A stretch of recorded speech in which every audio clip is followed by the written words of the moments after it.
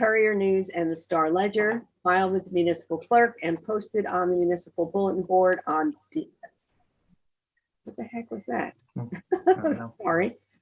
On December 24th, 2020. I'm going to try something a little different here. I'm going to share the screen. All right. Would you please stand for the Pledge of Allegiance? Oh. I pledge allegiance to the flag of the United States of America and to the republic for which it stands, one nation, under God, indivisible, liberty, and justice for all.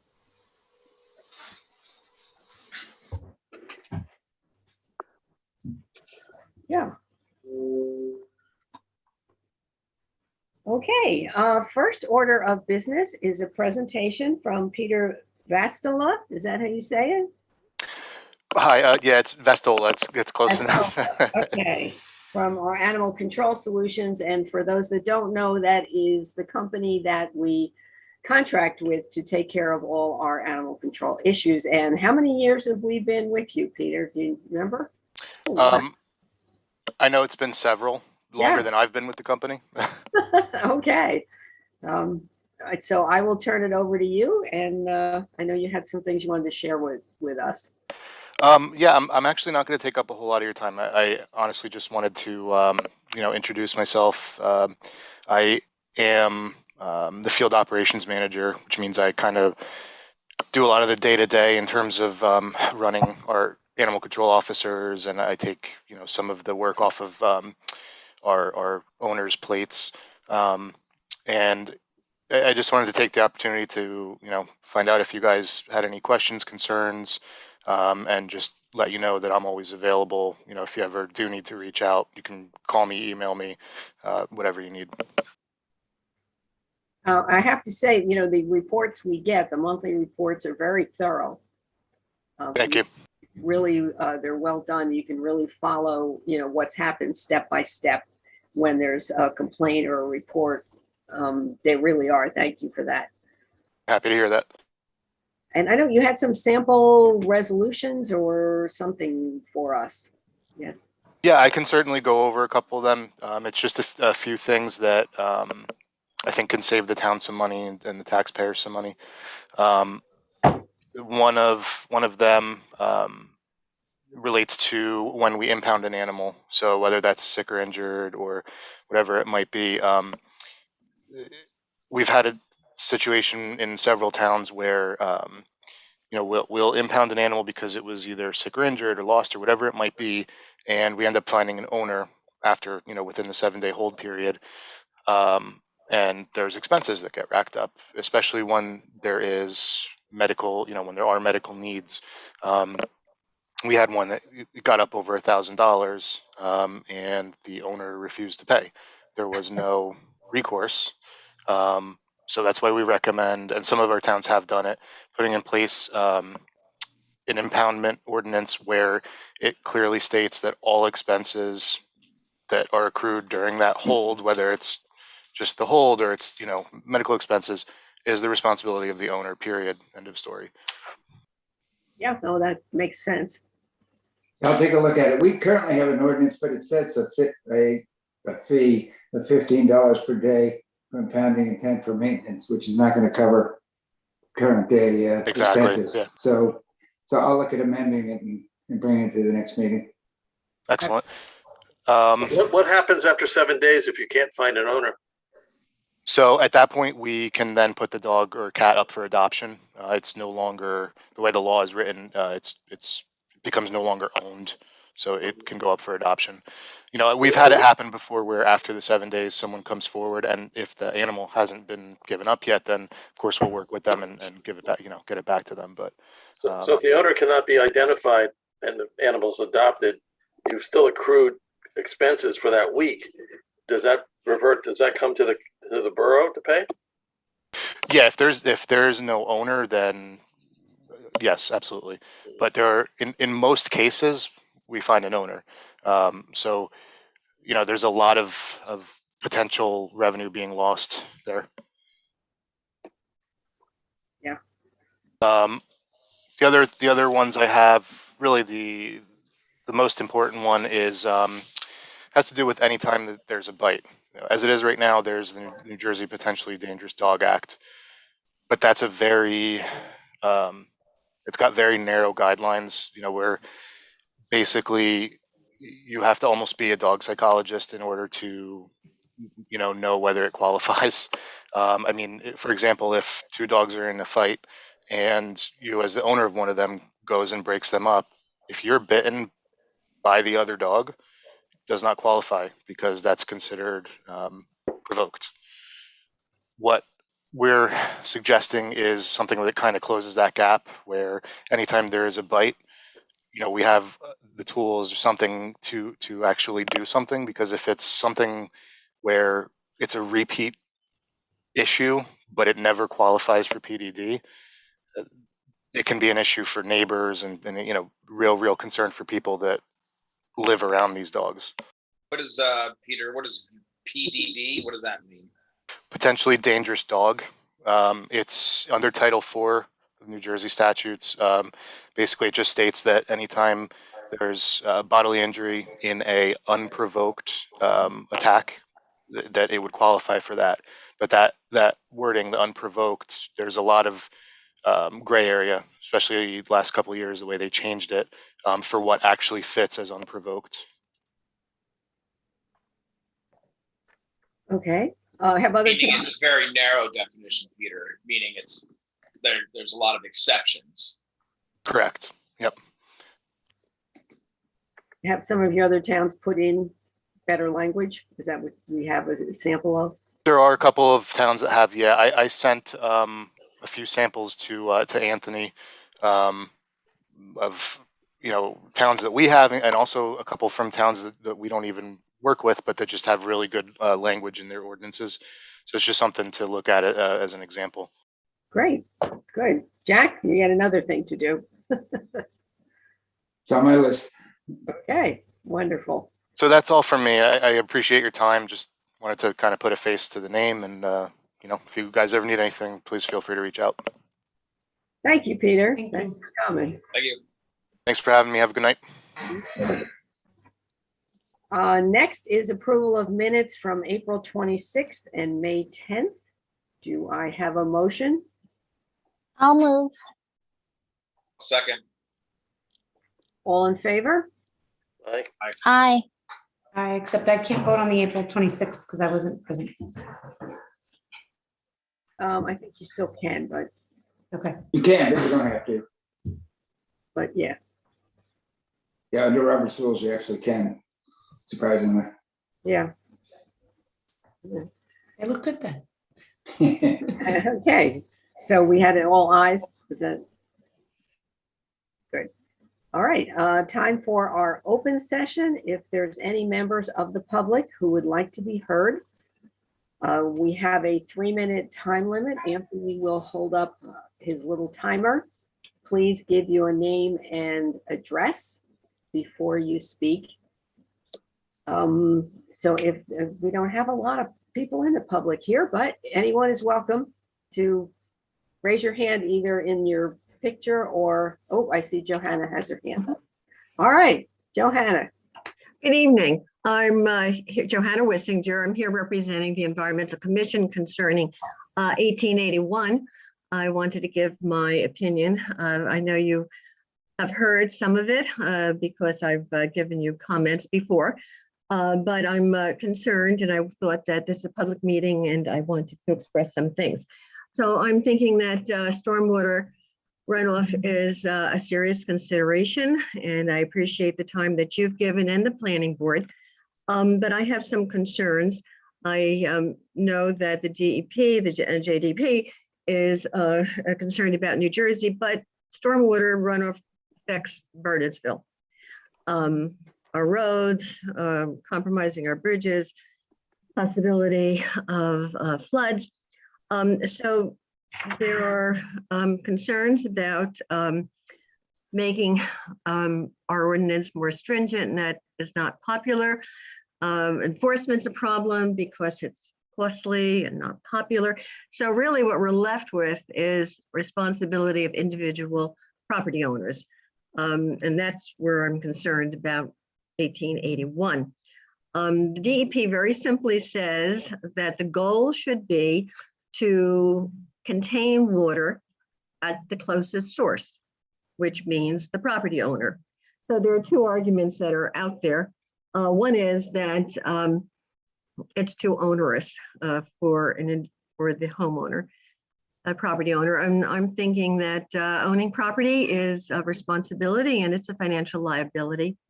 And we have not too many choices other than to have the people who have the property to be responsible. We've spent a lot of time on dry wells, but we're going to be using a lot more, and I'm sure the DEP is going to be pushing green infrastructure and stormwater best management practices. So all of that means that it has to be monitored and maintained, and we need to know about it, and we need to encourage and educate people so that they take care of it. The other argument is compliance, that we're not getting that much compliance. But I doubt that municipalities would not have ordinances related to the ratio of how many people will comply.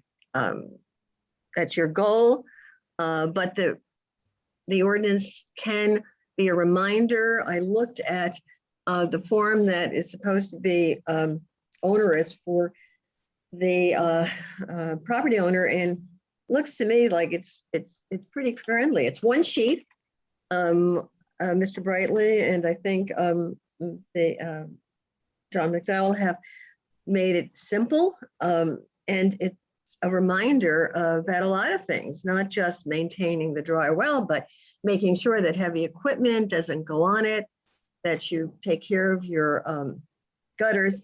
Anyhow, I think it's a sensible, and it's interesting that people that produce dry wells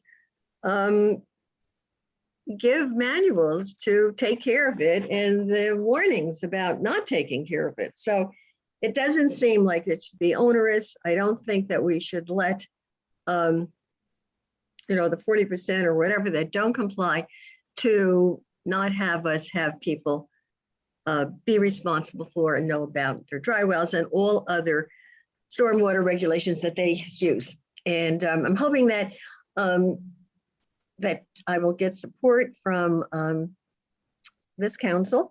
And I'm hoping that everyone gets educated on what are the best. None of these are perfect and none of them are great. I'm just hoping that we implement as many as we can so that people don't have wet backyards and the basement and all the other problems. Thank you. I had much more to say, you can imagine, but I want to comply with the 3 minutes. Okay, thank you, Johanna. Anyone else from the public wish to be heard on, actually, we're having a separate hearing on the ordinance. So if anyone wants to be heard on any other topics. I was afraid I wouldn't get a chance, so that's why I jumped in at that one. Oh, that's okay. Anyone else from the public wish to be heard on any topics? Matt, did you come in to speak, or you just? Oh, he's still connecting. Okay. Or you here to listen or speak? I can't tell. There you go. Matt, did you want to say something? You're muted. I was just signing in, Your Honor. I'm sorry to be late. No, that's okay. I just didn't want to, if you wanted to speak, I didn't want to cut it off before you got to. So that's great. No problem. What part are you in the meeting? I apologize for being late. No problem. Anyone else from the public wish to be heard? All right, then I will close the public hearing. We do have another one at the end of the meeting, so you'll have another opportunity.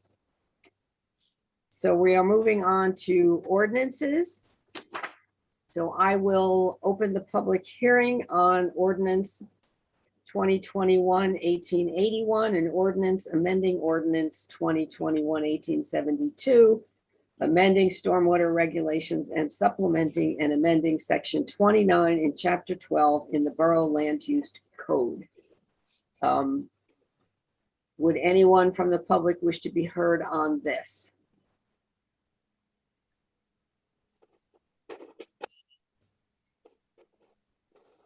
Seeing none, council, would you like to opine? Can I ask I guess a point of order about a legal question? If we vote this down, when would it be able to be reintroduced if we were to modify it further? If you modify it further, it could be reintroduced at any time. You just couldn't reintroduce the identical ordinance. Okay, so there's not a question of whether it's a major modification or a minor modification, a substantial one, I think is the language, or not? Well, I think if it's a de minimis change, then you may have a problem. And a similar question in that vein, if there's no motion to move this forward, or there are no seconds, so it doesn't get considered, could it then be reintroduced in a modified fashion in another meeting? Yes. Okay, thank you. I mean, the other thing we could also do is continue the public hearing, and can we do that, Jack, if we wanted to? Yes, we could continue the public hearing, and if modifications are made, then at the next public hearing, you'd have to move to amend, and then depending on the substantive nature of the amendment, you may have to continue the public hearing and the ordinance is amended to another meeting. Okay, so it actually might be easier to, if we still have a lot of questions and changes we want to make, is to kind of just let it die right now and then bring it back after we've had a chance to rework. I think that's a cleaner way to deal with it if you're going to make a number of amendments to it, because you really don't save any time by amending it, because you're still going to have to continue the public hearing anyway. So Right. And there's no urgency because we have an ordinance in place. Yeah. that's right. We are in compliance with the new DEP regs. And I do think I don't think the Public Works, correct me if I'm wrong, Councilwoman McCready, but I don't think the Public Works Committee has actually looked at this thoroughly. I know it's gone through Environmental Commission, but I don't know if it's gone through Public Works. No, it hasn't. We haven't talked about it specifically there. Okay, so why don't we do it then? How should we do that, Jack? Should we just not move Well, it? if you call for a motion and no one moves adoption, then it dies in the vine. Okay, so would anyone like to move ordinance 2020? I thought we just continued it. And Mayor, I apologize for being late. I had a child that got hit in the face with the baseball field, so I was attending to him medically. Jeez. Yeah, it's an unfortunate part of the game. Yeah. What was your question, Chad? No, I said I thought I heard a suggestion to send it to Public Works. Yes. Yeah, and to not act on it tonight and have Public Works review it, and then we can reintroduce it after they've looked at it, or, you know, if we have other changes to it.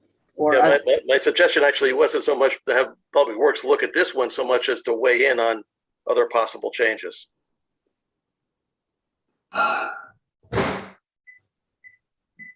Yeah, I'm not, I mean, do we need to? Like, is it, I mean, I don't know that we're gonna have, I don't know that we're gonna have,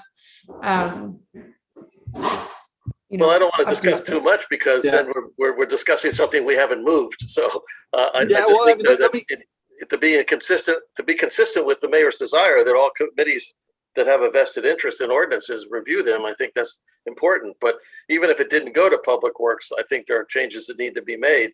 And I think this is the simplest way to do it. Yeah. So Mayor, again, Go ahead. sorry, go ahead.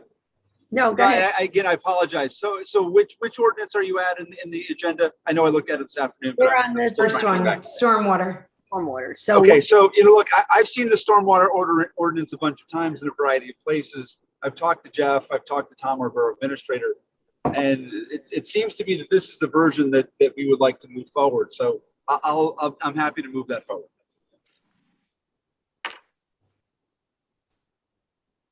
So We Chuck, need- you want to move it then? Moving it, yes. So then we need a second. I'll second it. Okay, then we need a roll call. Well, are we going to have discussion? Okay, So here's my objection to this ordinance. It's actually, there are multiple objections, but the key ones are, obviously, and I've stated this before, I'm opposed to watering it down and removing the responsibility for the homeowner to deal with what the so-called minor adjustments. But I recognize that the ordinance has some strictness to it that probably isn't warranted. In other words, the annual inspection probably isn't needed, and we could probably create a schedule that's a little bit easier on the homeowner, but still does what we want, which is that we make sure that we don't have failed stormwater management. The argument that this is a burden on the homeowner, just to me, just using a bad pun, doesn't hold water, because there are a lot of things that homeowners have to do that are burdensome. That's part of being a homeowner. And in terms of compliance, in fact, we know from our public works department that over 2/3 of the dry wells are currently compliant with the ordinance that we have. So I don't think those are good arguments. But the most important argument that I think this ordinance that currently being put before us does not meet is that it's pretty punitive. Correct me if I'm wrong, Jack, Mr. Pigeon, but if somebody were to be in violation of the ordinance, they would get a summons. That's correct. And then that means they have to go to court. And that's not what we want. There's no reasonable fine structure in this ordinance, which I think is what it needs to make it palatable, but also make it enforceable. And we went through the same thing with the shade tree ordinance, where we wanted to move away from summonses to homeowners. So I think since we don't have any urgency to pass this ordinance, we have a workable ordinance that's compliant with the DEP necessity now. Let's go through this and think it through, write it right, do it right, and then come back with it. So Jeff, the thing where we're going to disagree on this. So, I've gone backwards and forwards with a variety of folks on this ordinance.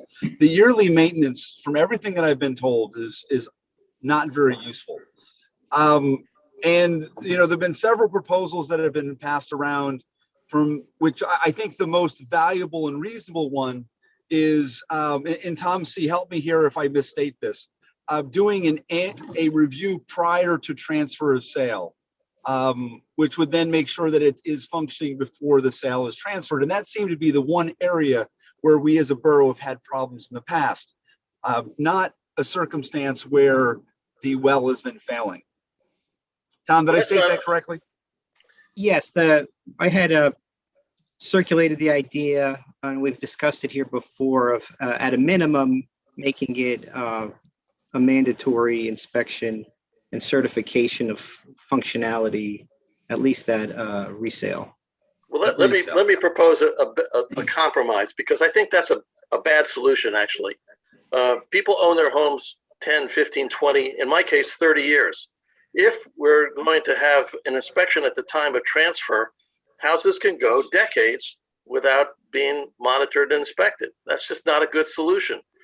Now, these wells, from what I understand, what I've been told, are reasonably durable. So we could make a schedule where a well needs to be inspected every 3 years or 5 years, as an example. And we could make a kind of a rotating schedule that would be manageable, and we could then serve its purpose of having a monitoring inspection for its use far more frequently than every 20 or 30 years. okay. Right now, it's, we're not here to rewrite it at this moment. I think we're just voting on it. And I know there's, it doesn't sound like you're too far apart. I think, as Jeff said, if we did a 3 or 5 year inspection cycle rather than every year, there are 100 people who have never submitted their thing. What we can do is, and I agree with Jeff on this, is not have the summons. If we put in a fee structure so that if those 100 people that we don't get a report for, every 3 or 5 years, we send out an inspector and they pay for it, whatever that is, $250, $500, whatever, and then we charge them for that.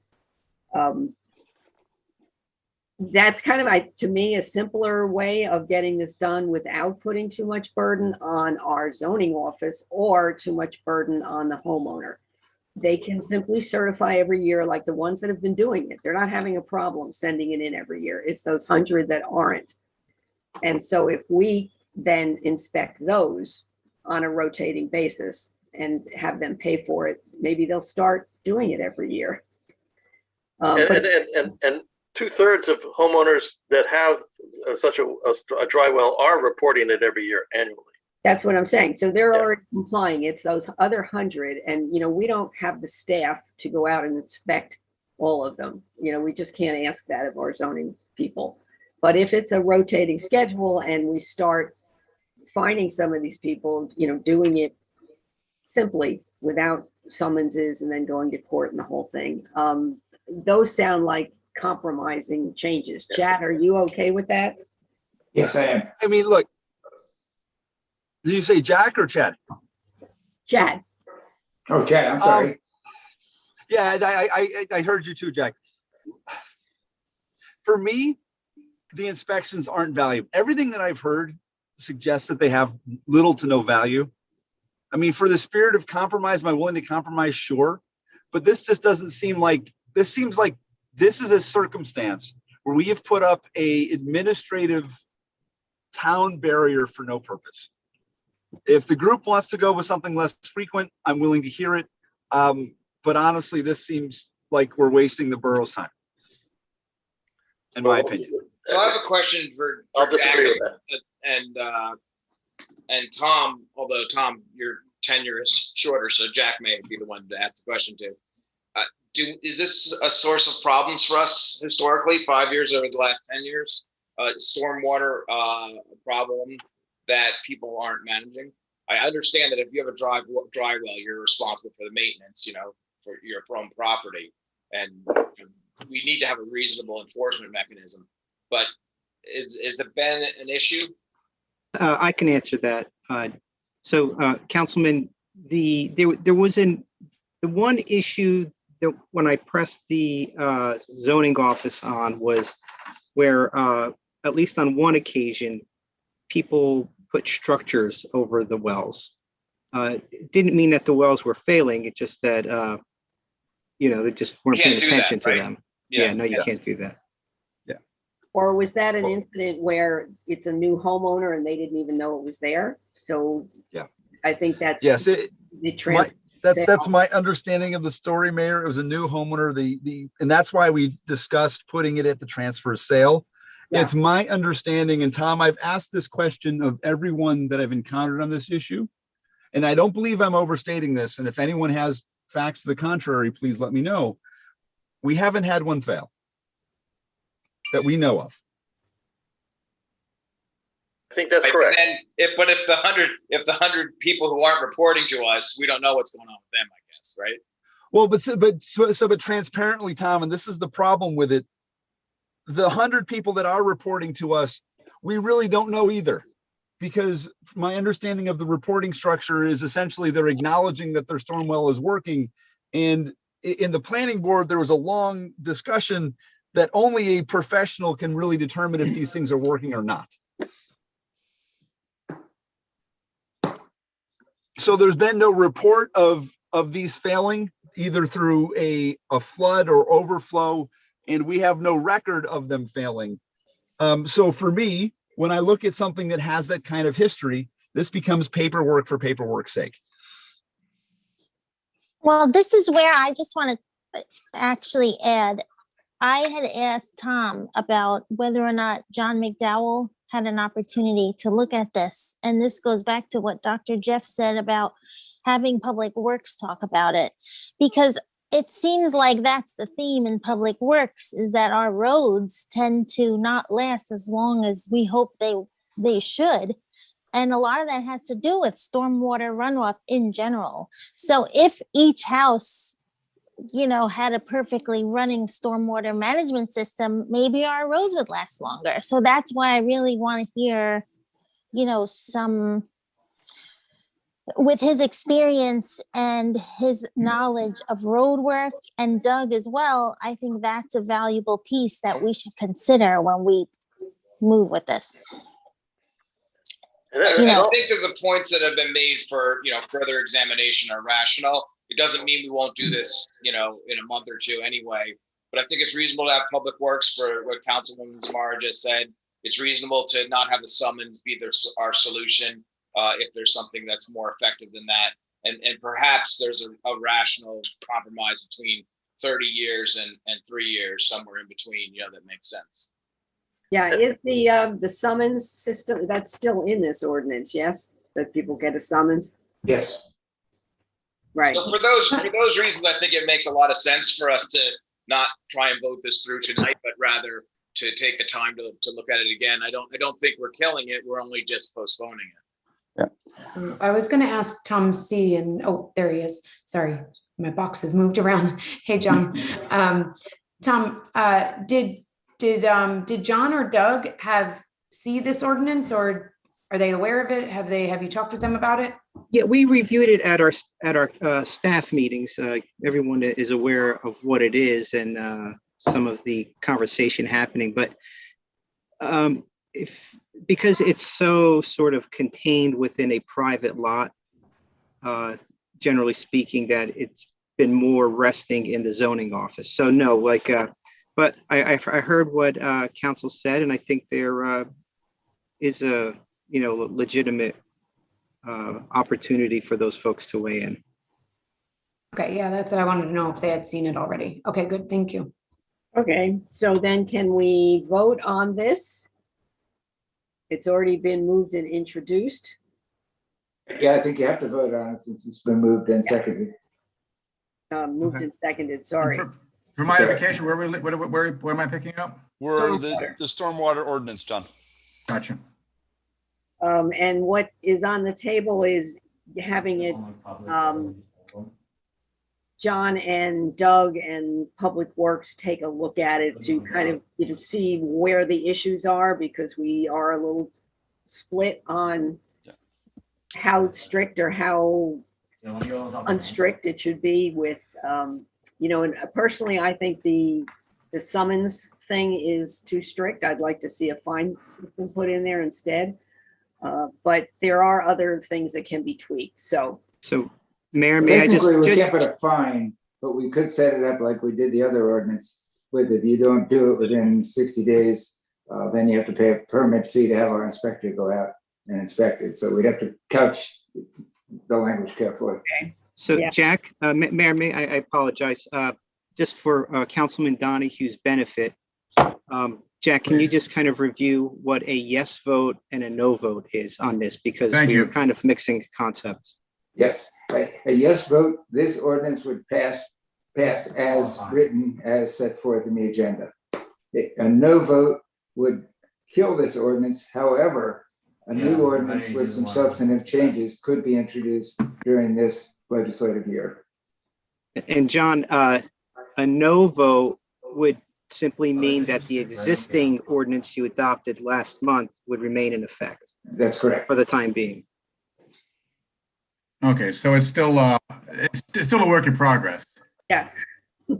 Yeah, so I mean, is it better if we just withdraw the motion, if Chad wants to do that? Is it better if he just does that and we continue the hearing rather than voting on it? Because then I don't know if we'll have substantive changes or not. And so is the change, Jack, from a summons to 60 days? Is that a substantive change? Yeah, I think if you pull out that section that says a violation subjects you to the penalty set forth in section 1.5, that would be a substantive change. Okay. Now, but Gina's right that just pulling it would allow you greater flexibility in the future. You could introduce this ordinance exactly as it is. So I would be willing to withdraw it because I think I do believe Jeff is right that it's, instead of a summons, a 60-day grace period is appropriate. but unless I'm told that this has been a problem or there is a problem, I'd like to keep the other language as is. So I'm willing to pull it if we can go and change that and bring it back. Well, Now- we can't have it that way. You can't say you want to pull it under certain circumstances. You know, you either pull it or you don't. You can't tie our hands because we may come back with different opinion. So Jeff, I will pull it. You're going to withdraw your. I will withdraw my motion. Gina, But whatever form the ordinance comes back in, then you're free to vote. We are Up or free to down. vote. Right. So you're withdrawing your motion. I will withdraw it and I'm very interested in John McDowell's input. Okay, and Gina, there's no second if there's no motion. So, all right, moving on, and we will make sure that that gets to Public Works and John and Doug for input. Our meeting is tomorrow, so should this then be continued to next meeting? No, It's not really continued.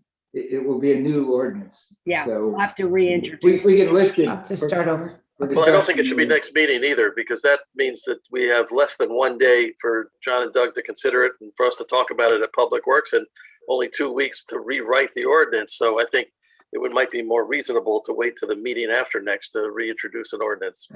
I suggest that when it does come back, it's for discussion only, and then introduction at the following meeting, so that we don't have to go through the amendment process and everything. How do we do that, Jack? How is that done? Well, if a new draft ordinance is prepared, then it could be placed on the agenda as an item of business for discussion and then scheduled for the next meeting for introduction. Right. I think in the case of a controversial ordinance, that way you don't run into problems as you go through the process. Right. Good idea. Thank you, Jack. Okay, moving on. I will open the public hearing on Ordinance 2021-1882 and ordinance setting the 2021 salaries and hourly rates for non-contractual employees. Would anyone from the public wish to be heard on this ordinance? Anybody? Not seeing any hands. Mayor, I would like to say something. Okay. Just on behalf of the employees, I just want to thank council for considering this. I know it was built into the budget, and I know all the employees would be grateful for your consideration of this, especially during these very challenging, difficult, inflationary times. Yeah, thank you. All right, I will close the public session. Dr. Hammond, would you like to move this? Sure. On behalf of the Personnel Committee, I move that pass ordinance 2021-1882 on final reading and adopt as published. An ordinance setting 2021 salaries and hourly rates for non-contractual employees. I'll second. Okay, roll call, please. Mr. Donahue? Yes. Mr. Hammond? Yes. Ms. McCready? Yes. Mr. McQueen? Yes. Mr. O'Day? Yes. Ms. Zamara? Yes. Okay. Thank you, council. John, do you have your agenda up? Where's John? I do. If he doesn't, I can read it.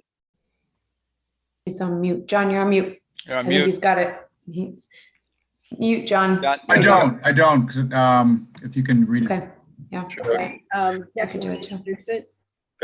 move that ordinance 2021-1883 salary ordinance for patrolmen and detectives of the Bernardsville Police Department be introduced by title, passed on first reading, published according to law, and that a public hearing scheduled for a meeting beginning at 7 p.m. Monday, June 14, 2021. I'll second. Second. All in favor? Aye. Aye. Aye. Opposed? Abstentions? Okay, want to then move the next one?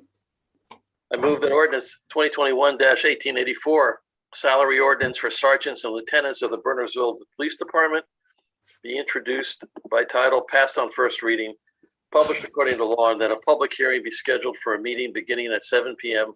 Monday, June 14, 2021. Second. All in favor? Aye. Aye. Opposed? Abstentions? We're good. Moving on to resolutions, we have 21-114 through 21-121. Anybody have questions, comments on any of them? Need more information? I have a question on 117, the related to fireworks, and 119, same thing, 119, 117, 119. 117 is actually a private residence who's having a birthday party. I believe he's had the police have signed off on it, and the fire marshal has to also sign off on it. That was my question, whether the fire department or fire marshal weighs in on it. That's actually my question for both of those. Yeah, they do it for both. I know Somerset Hills does theirs every year. Ken Silverman, this is, I think, a first. Like what? Well, I know they do it every year, but you know, they could expand it or you know, have it in a different location. I just want to make sure that we're crossing the dots, crossing the T's and dotting the I's, and making sure that the fire department or fire marshal okays it. Yeah, The state regulations are very strict. Yeah, on fireworks the displays. form, there's a lot of people signing off on it. They have to go see the site, see where everything is set up. And I think they were doing that this week at Silverman's, but I'll add insurance certificates are Right. also required, which we've secured. Or I should say Anthony owns this process, so he's sort of the expert on it. Yeah, they need to provide insurance and a hold harmless agreement. And I did speak with Mark Sylvester of Bernards Township Fire Prevention, and he is aware of both of them, and he's met with both groups, and he is you know, reviewing everything with them, and will be signing off on it if everything is good with you know, from his perspective. So the resolution approves it, you know, pursuant to the fire prevention official, you know, signing off on a fire safety permit and signing the application. So it is up to him to give his final approval. and actually it says the permit has to be posted as well, so that it's you know, the public is aware of it. Okay, I'm happy to move the resolutions then if no one else has comments or questions. Yeah, I just want to real quickly on, is it 118 on amending the bike course? Just so that's why I was late. We're just widening the trail into the woods. Just wanted to get it done because, you know, and by way of segue, I want to, it was a mix up on the lawn cutting at 271. And I think I saw Matt Neefsey here, and he came in like the cavalry to help us do some serious maintenance on it. So Matt, thank you for that, very much for that. And also the local mountain bike team's gonna be using it tomorrow. Bob, I think, got the paperwork in order for them, and it'll be being used by an outside group. So it's kind of cool. Excellent. So do we charge for that, an outside group, unless there happens to be a Bernardsville group? A bunch of Bernardsville kids are in it.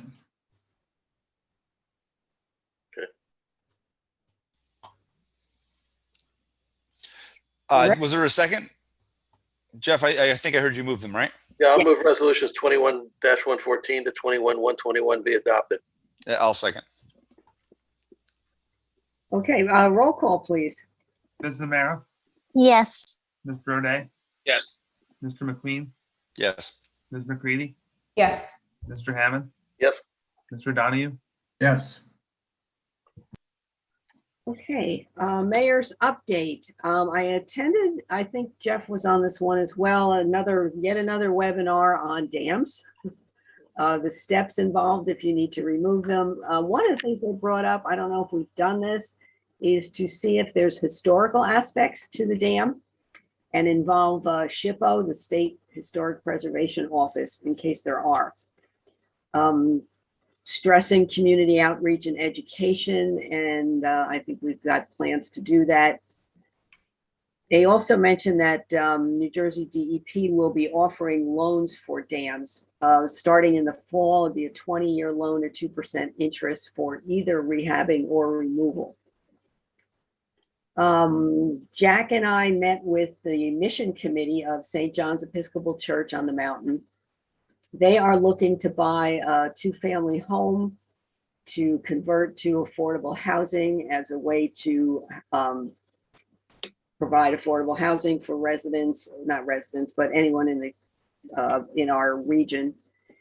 And we had them meet with Dan Levin, and who's our affordable housing expert there. And we're still exploring that. I think the house that they are looking at, it may not work out with that, but we would then get the credit for the 2 affordable units that they're looking to add. We've finalized the plans. Thank you, Bob Markowick, Olivia, and Tom. We met and worked out all the Memorial Day. I think everyone knows what they are now, but just in case. The veterans will be doing their ceremony at Borough Hall at 10 a.m., which will last about a half an hour, 40 minutes. We then have classic cars that will do an honor escort for the veterans, drive them up 202, turn on Church Street through the high school onto Olcott and down Anderson through Olcott Square and bring them to the Palmer parking lot. And then the veterans will have lunch at the Ammerman lot. We'll have a food truck there. And from that, then we'll do at noon, the unveiling of the murals. So we've asked the people who normally would march in the parade, like the Little League and Girl Scouts and whatever, and just residents in general, to line that escort route so that the veterans will be recognized and, get the honor they deserve without us actually having a full-blown parade, because we just didn't have enough time from when the governor opened up outside gatherings. Mayor, what would be the appropriate time to sort of line that route? I think we're telling people, and Bob Markwick, you can weigh in, I think 10:45. Yeah, that sounds 10:45 would arrival would come past about 11 a.m. Yeah, we're figuring they'll probably go by like the train station around 11 or sooner. So people should probably be along 202 at 10:45. Okay. We had hopefully our last Zoom Somerset County Governing Officials monthly meeting, which we're talking about next month doing it in person. The speaker was Jerry Midget, who's the administrator for elections for the county. The drop boxes are now open. What's going to be different for the June 8th primary is there will be in-person voting. Mail-in ballots will only be sent to the voters who requested them. So not everybody's getting a mail-in ballot. They can be mailed or delivered to 20 Grove Street or put in the drop boxes. But for this election, you cannot bring it to the polls. For the last election, you were allowed to hand it in at the polls, the mail-in ballot. You cannot do that at this election. Everyone will get a sample ballot. For the general election on November 2nd, it's going to be early voting, which will start 9 days prior to election day. So from October, I think it's the 23rd to the 31st, through the Sunday before election day. No voting on Monday, and then election day is Tuesday. There will be 5 locations throughout the county that you can go and early vote. And any resident can vote at any of the 5. It doesn't have to be one that's in your town or closest to your town. They are still waiting for vendors for these new e-poll books that they're going to be using. But supposedly when you vote, it'll be in real time and instantly uploaded so that you can't go and vote again because it'll record it. So they have a lot of work to do for the next election. So we had a very successful pop-up vaccination clinic at the train station. They were over 100 doses, I think 106, Jeff? Was that 105 to be exact, yes. 105, okay.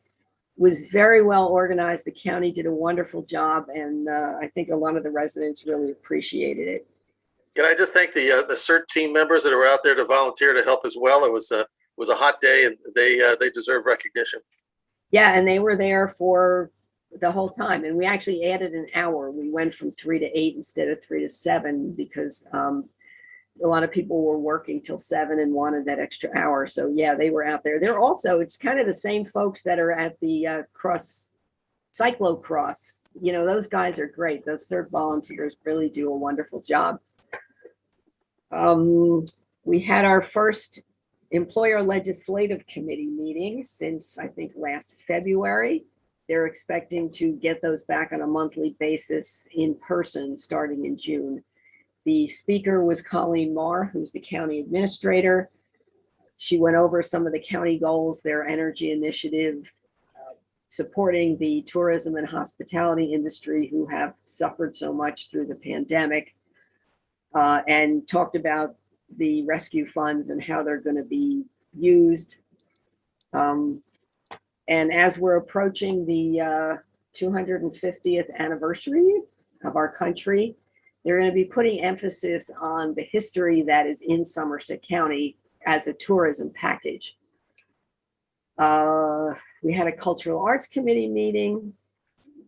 That group has been helping with the mural. They're looking to do another trivia night in September with a Broadway theme, since hopefully Broadway is opening in September.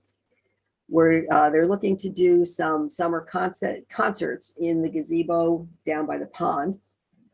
And we're also working on a Welcome to Bernardsville video. I met with Mike Sorelli and his partner, who will be opening, it's another new place opening in Bernardsville. It's called Game Changer Gym. They will be taking half the space of the Bar Method, which is in the Bernard Shopping Center.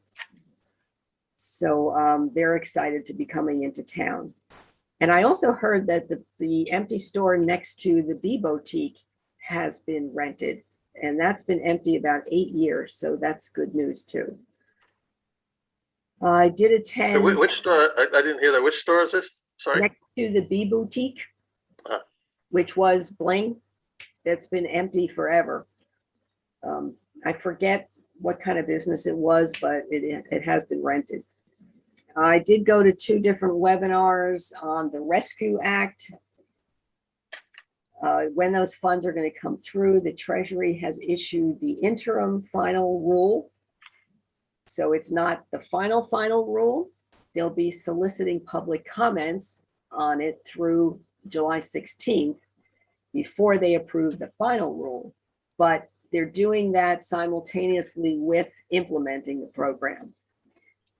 We are called a non-entitlement unit because we are under 50,000 in population. So our funds will be coming from the state. But they did say the state cannot add their own rules. So they have to follow whatever the federal rules are. The 2 big questions that people were asking on the seminar is, can you put the funds in an interest-bearing account? And can you hire a manager to oversee the funds? And they didn't have answers to either of those. So we'll see. I did unfortunately hear back from the DOT on our transportation alternative set aside program grant, which was for the Boylan Terrace neighborhood connection. They had 133 applications, which totaled over 100 million. And they only had 9.7 million in available funding. So we were not one of those. But they did encourage us to reapply in the next round. So hopefully we'll get some priority on the next cycle. The Thursday county meetings are now going to be going to twice a month instead of weekly. As of last Thursday, 78.5% of county residents have received their first vaccination shot, and 63.6% have received both. They've also vaccinated 10,000 minors. So according to the county, they are 16,000 residents short of herd immunity. They did get their first rescue funds payment because they're coming in 2 payments, one year, one the next year. The BPU launched a utility assistance week because the moratorium on your utilities is going to be over at the end of June. So they're issuing several programs for people that still need, are low income and are going to have issues with their utilities. And that's my report. Any questions, comments? All right, Tom, administrator's report. Sure. My report is short. Sorry, mine was long. I didn't want to say that. No.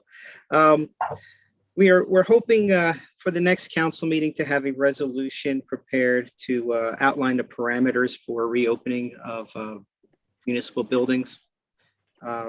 So be on the lookout for that. Been working with my team in trying to craft something that works. Also been working very closely with the senior leadership team here in town.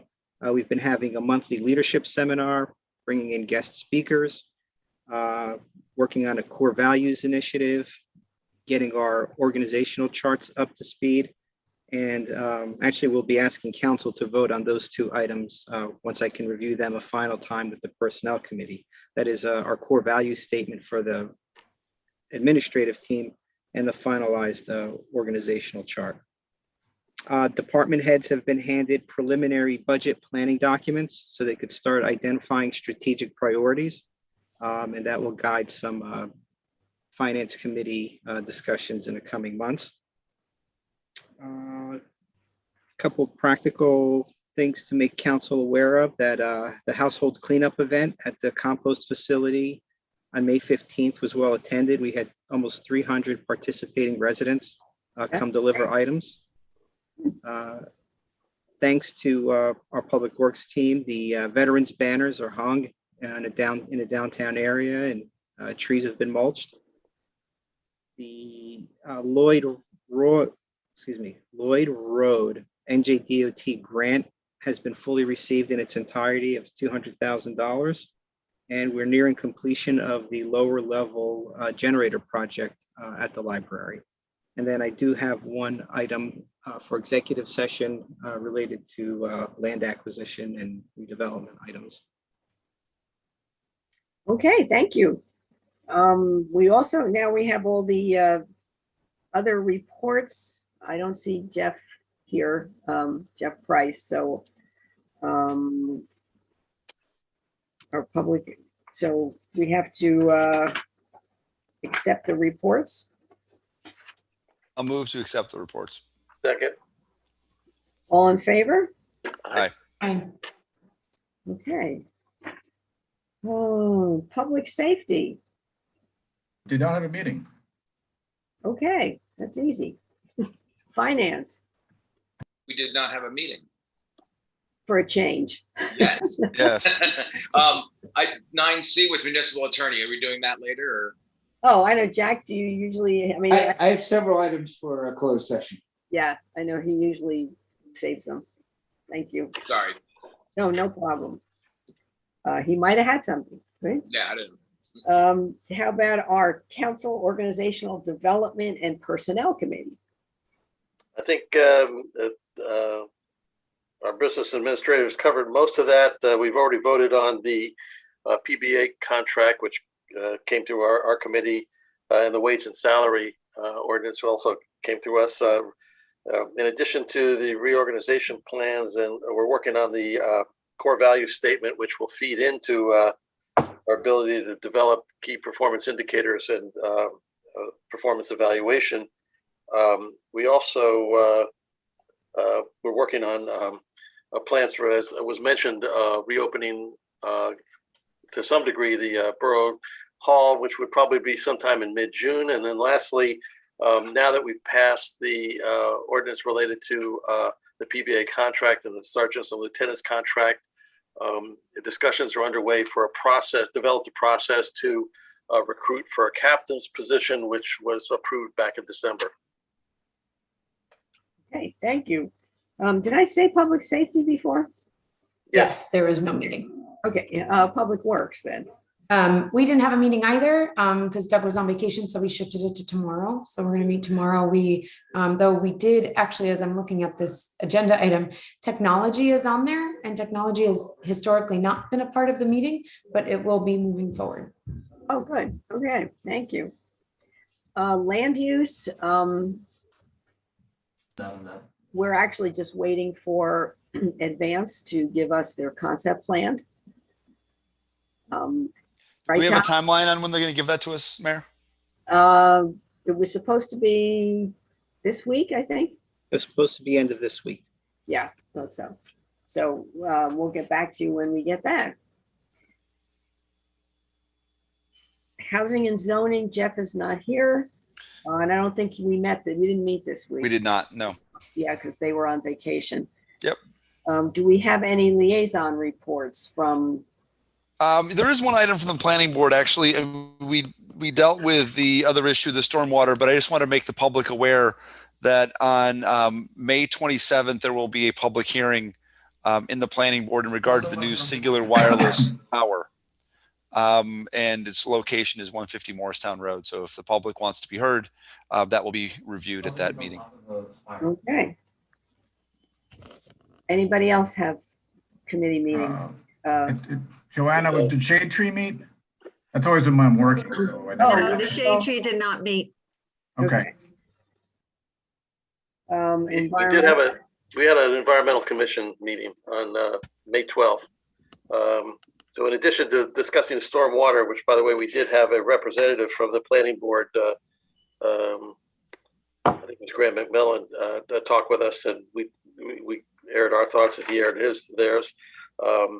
And so we did have a dialogue with the planning board over stormwater.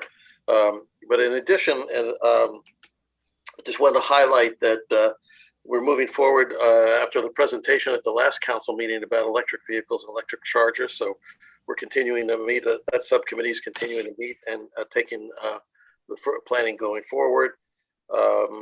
There's been further movement on developing rain gardens, and in fact, the one outside the library is going to be planted, I think, tomorrow. There is an active effort that relates to food containers, and we have a whole separate subcommittee that's working with our merchants, working with our food merchants in town to replace the food containers they're using for takeout to make things more environmentally friendly. And we do want to give a shout out, if I'm able to Suki, which actually has created a profile online for residents of what they want so that they can actually avoid giving people plastic utensils, for example, if they don't want them. And they've been able to cut down on the amount of condiments and utensils, chopsticks, etc., that they're giving out because they actually track the customer's wants. And so we're also working to provide, as I mentioned, through a grant that we've obtained, samples of environmentally friendly takeout material to replace styrofoam as another example. So that's an ongoing issue. And I think that the last thing is that we want to increase our outreach to the public. So in addition to our Facebook page, we're going to cross reference all of our postings to our own internal pages to external social media. That's a good idea. Yeah. Okay, thank you. Any other committees? The Library Board of Trustees met on May 18th.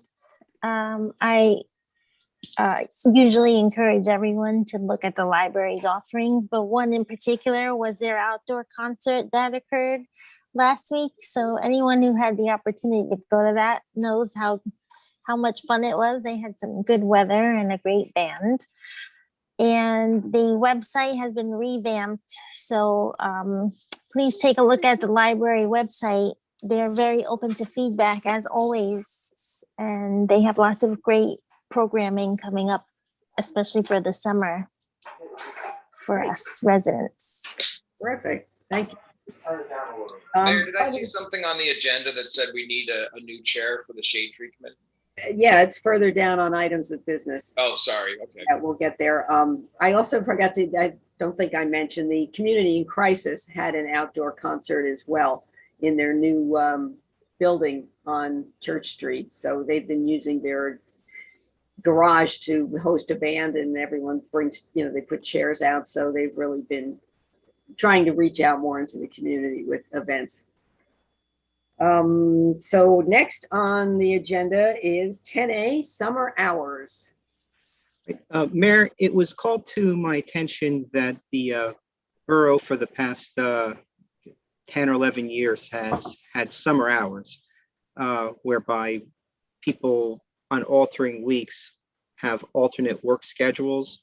So the big picture is in a two-week cycle, everyone works the hours they're supposed to work, but they can alternatively take off on Fridays. The dilemma this year is I'm not so comfortable extending this if we are still on a reduced work staff due to COVID. But what I would encourage council to do or consider is authorizing the summer work hour schedule to correspond with the reopening of the municipal building and normal work hours. I personally think that makes sense, because when this has come up in the past, there's been a concern that we were restricting the hours of availability to the general public.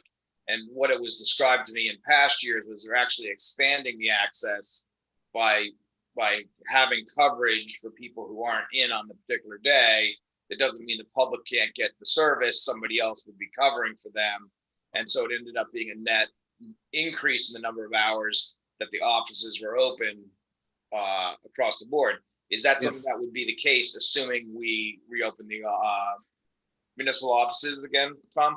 That's exactly correct. There's somebody here longer each day, and the period of time of lunch is greatly reduced. So yes, you're correct. In the aggregate, less likely to not find someone that you're looking for.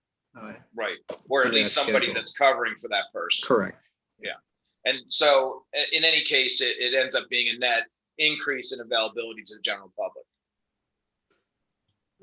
And again, the problem is like, there's this feeling that, things are starting to get back to normal. So I want to be ready to implement once we're there. But I think it makes sense to say we would implement it if we're back to normal, but not if we're not back to normal. Yes. Yeah, and does the council have to act on that? Isn't that kind of an administrative thing? Anthony advised that council has passed a motion endorsing this in prior years. I think it's wise. Yeah. I mean, to follow up, Tom, I would move to endorse it. Do we want to to have a resolution for the next meeting, or because we're not ready to put it in yet, are we? Or we could certainly wait till the next meeting. So I think you can approve by motion, especially. Yeah, can we do a motion and voice vote? It's been in effect for 10 or 11 years, as Tom said. So I think you can do it by motion with the conditions set forth by Tom. Yeah, so just to reiterate then, if Chad's motion doesn't already work, then I've motioned that we do it contingent on Tom's recommendations. I'll second. Do we need a voice roll call? Voice vote's fine. Voice vote. All in favor? Aye. Aye. Any opposed? No. Okay. Thank you. We have a hardship street opening on 59 Liberty Road. Yeah, this was a road that you typically would not be able to open because of its newness. However, in this situation, the residents' sewer collapsed and had to sanitary sewer collapsed and needed to be repaired. My feeling though is that, we dealt with this by actually putting in the policy that's in place now, and it seems like they're following the policy. So I don't think this is controversial at all. That's why we have the policy, so we wouldn't have to debate stuff like this. Yep, agreed. Yep, and they are paying the street opening fee. So yeah, and to Tom's point, I'm not sure. So as long as we're following the policy, I guess I'm not sure, Tom, see if these types of things need to come to council, or if they can just be Okay. Typically, I understand you would have to approve them. I'm sorry, Tom, we did require that in the ordinance. Oh, we did? Okay. Unless it's an emergency. Okay. So this case probably meets the emergency exception, I guess, right? Well, if they did it before the meeting. Oh, I see. And they did. Done it. Yeah. Right. So we're memorializing it. Is what we're doing. So we need I move that we should do this. I'll second. all in favor? Aye. Aye. Aye. Okay.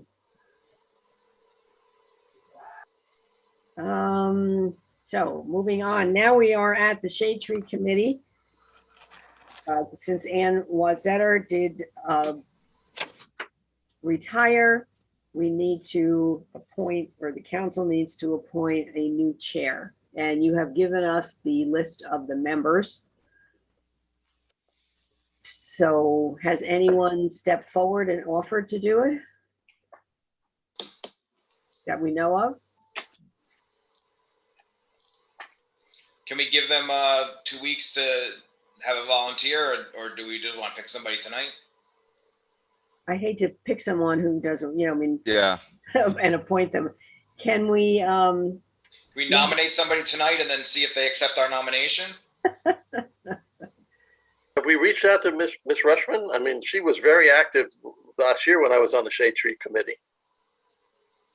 I mean, aren't these things typically done at the committee level where they just make a suggestion? I think we put a new process in place for this too, Chad. They can certainly make a recommendation, but Tom is right that we changed the procedure to make it a council appointment, and also all appointments to advisory committees are for 1-year terms. Yeah, I remember that. Yeah. So Anthony, can you maybe send each of them an email and ask if they are interested or would recommend somebody? I mean, Sure. obviously they work with these people and, they work together and they would know who would either ask them if they're interested or if they would nominate somebody. Okay. In the meantime, there should be a vice chair who can chair the meeting. Yeah, and I don't Should think, ask for both positions. I'll ask who's interested in chair and vice chair, or if they want to nominate someone else on the committee for either one of those titles. yeah, I think so. Better that they nominate them than we just randomly somebody, Okay. I think. And then again, if nobody comes forward, then we'll have to select somebody, but I'd rather they give us some backup information. Okay, next correspondence. We have a notice from the New Jersey American Water that they have new reporting requirements. And that's really on something they have to do, right? The water system must notify the mayor, municipal clerk, or an authorized designee of each affected municipality. On what?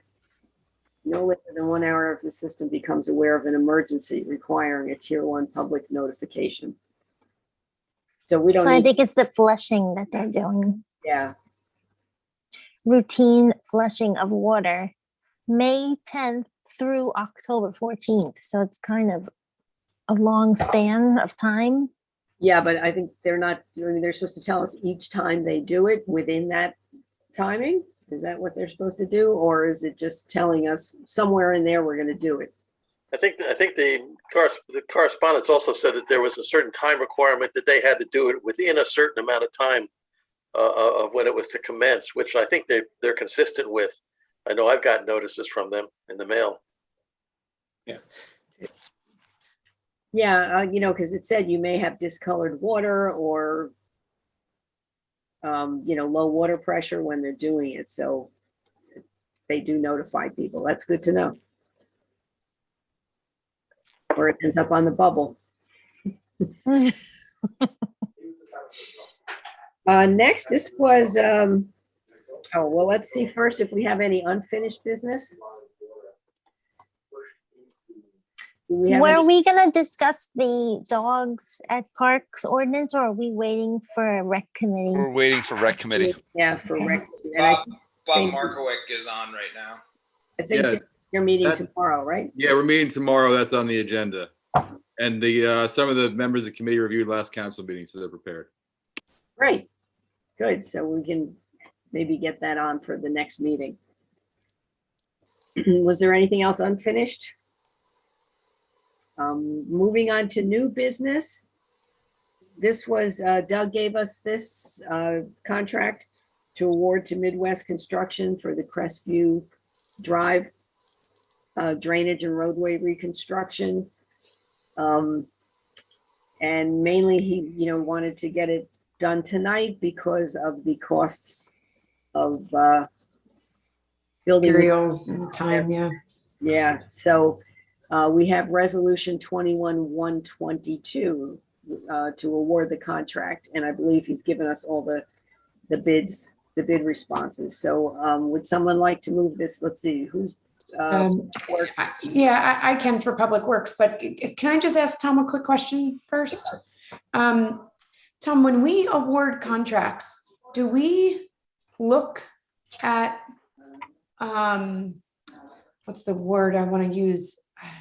Investigate, for lack of better terms that are coming to me right now. Do we investigate or look into the companies that bid before we actually award the bid to make sure that they don't have any issues?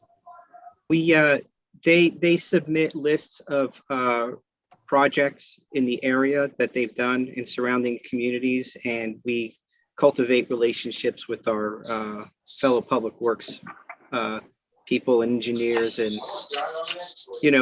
we know who's a quality contractor and who's not. Okay. Also, is there a process in New Jersey for when a contractor doesn't perform, they get put on some sort of blacklist? Yes, there is a list on the state that the state has on their website of people that haven't filed. If you filed a complaint against them, you have to really. And there are we also, obviously, there's performance bonds, and then there's maintenance bonds, which stay in place to make sure the site. It's still public bidding, and it's difficult to reject a bidder. The list that the state maintains is really for like criminal fraud and things like that, not paying prevailing wage or infractions of that nature.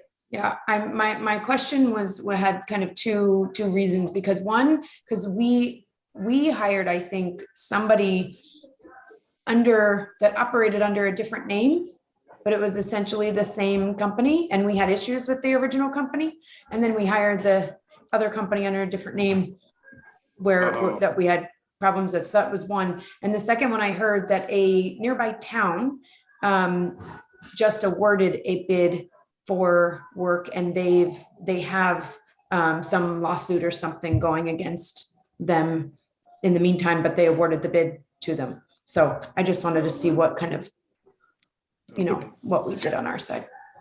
Well, we'll put that on the agenda for tomorrow to, just talk about process. So you have some comfort level on that. The state laws are pretty strict about what you can and can't do in terms of accepting or rejecting, unless, even if you had a bad experience with the same contractor, if they're the low bidder, you can't reject them. That's right. Unless they've been documented and it's been filed with the state, and it's really tough, unfortunately. And that happens a lot where if they've been on the list, they change ownership, they, change their name and reopen as something else. That happens a lot in construction. And with those particular individuals. Yes. But if there was a substantial concern, you're not obligated to move forward with the project necessarily either. You might not be able to, award it. Right. Okay. Yeah, but you can't arbitrarily reject all bids in New Jersey either. It's a difficult, public bidding is a difficult process for a municipality. Yeah. So, would we be protected against a lawsuit in that case because of the rules from New Jersey? Yeah, well, if under a specific incident, we would be in executive session discussing what the concerns were and what the options were. Yeah. Okay. Yes. Okay. Sorry. Okay. So I move that resolution 21-122 be adopted. Well, second. And I think if I read the backup information on this correctly, I think there were some emails going back and forth. There was some work that Councilwoman McCready suggested get done, and there was additional effort put forward by the borough's staff to make sure all of that the prior work by the utility company was done ahead of time. And yeah, as a result of the Councilwoman's advice and the hard work of our borough staff, we've got a better coordinated effort here. And I just wanted to point that out, that there was, a lot of effort put into this. So thank you, Council. Yeah, because That's a good point, Tom. Yeah, and yeah, thank you, Gina, because PSE&G was going to run lines up there, and the last thing you want to do is reopen it right after it's paved. So, yeah, good coordination. Thank you. So, Thanks, so, Tom. so the miracle there was that we've been waiting for this for 5 years, and then we said, well, let's just try it one more time. Persistence. So, Tom, thank your staff as well, please. Will do. Yeah. Okay, I think We didn't do the vote. Oh, right, roll call. Mr. Donahue? Yes. Mr. Hammond? Yes. Ms. McCready? Yes. Mr. McQueen? Yes. Mr. O'Day? Yes. Ms. Zamara? Yes. All right, we will have our second open session. If anyone from the public would like to be heard on any issue, you have a 3-minute time limit and give your name and address. Anyone from the public, you can either raise your hand on the participants list, or if that doesn't work, just catch our attention. Not that I see too many, but I'm not seeing any. No one wishes to be heard. I will close the public session. And then we need a motion for executive, and are we going to come out or not? I don't think so. No, okay. I move that we go to executive session. I'll second. All in favor? Aye. Aye. Aye. Thank you, everyone else, for being here.